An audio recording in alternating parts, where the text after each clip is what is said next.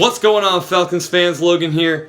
Welcome back to Rise Up Rundown, and if you're new here, welcome. First off, I actually won't be able to watch this upcoming game against the Panthers because this weekend I'm actually going to go hog hunting with my family. So if there's some crazy play to end the game or if there's a blowout win out of nowhere, I can't give you guys a reaction video to that, but I can preview this matchup to give you guys a better understanding of who we're playing. Now I will warn you, this is a divisional matchup, and as we saw last week with the Falcons and Saints, you never ever know what to expect. And not only that, but this is still a big rivalry. The Falcons and Panthers do not like each other. There's a lot of bad blood out there every time they fight. And this might actually end up being a pretty good game. So with that being said, let's preview our matchup versus the Carolina Panthers. If you're new here, how these game previews work is we're never going to predict who wins the game. Instead, we're going to go over three things. 1, what to watch out for from the opponent. 2, possible breakouts for the Falcons. And 3, how the Falcons can win the game. Not necessarily if they win the game, but how they can win. So, let's start it out with what to watch out for from the Carolina Panthers. First things first, we gotta watch out for the run game. And I'm not just talking about Christian McCaffrey, because we all know how good he is. I'm even noting that Kyle Allen can make plays using his legs. Now, he's no Cam Newton, but he does do quite well when it comes to mobility. Plus, the Panthers have one of the better O-lines in the league. So that helps out Kyle Allen and Christian McCaffrey. Our run defense hasn't been so good, so we gotta step it up here. Another thing to watch out for is an underrated group of receivers. Panthers might not have the most elite group of receivers, but it's nothing to overlook either. DJ Moore has been pretty good in his second year. Greg Olsen can still play a little bit. And oh yeah, Christian McCaffrey is a receiving threat as well.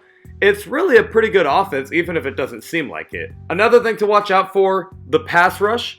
I'm pretty sure this team leads the league in sacks, and I don't really know if that comes in as a surprise because look at the roster. Plus, you got linebackers like Luke freaking Kuechly to help out. Now, on the bright side, our O-line has really stepped things up, especially with the rookie Caleb McGarry, who everyone was freaking out about all offseason for some reason. But anyway, if our O-line can protect well against this pass rush at Carolina, maybe this is a statement.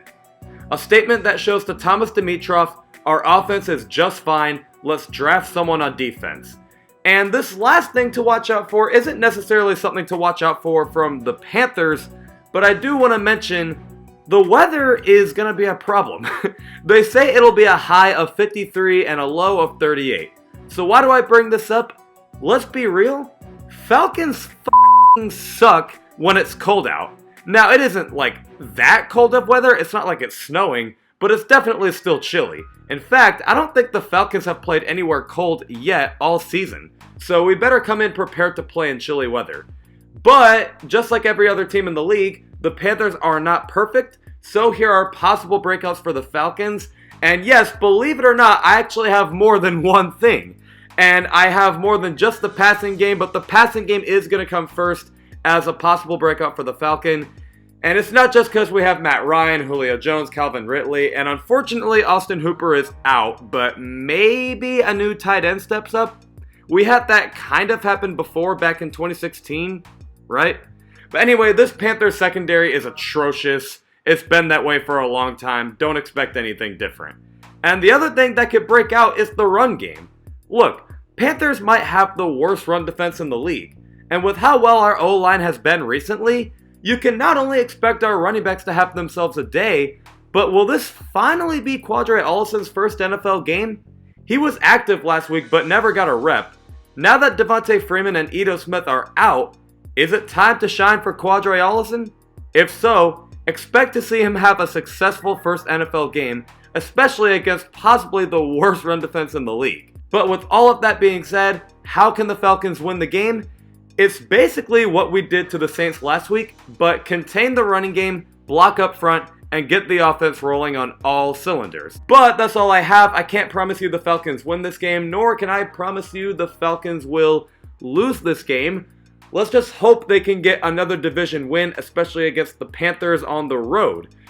Other than that, please make sure to smash that like button, blow up the comment section, hit that subscribe button so you don't miss any weekly content. New episodes every Tuesday and Friday at 11 o'clock a.m. Eastern. And I'll see you guys this Tuesday making some type of video. I'm not going to necessarily recap the game because I won't be able to watch it, but I'll think of something. I'll see you guys this Tuesday at 11 o'clock a.m. Eastern. Rise up.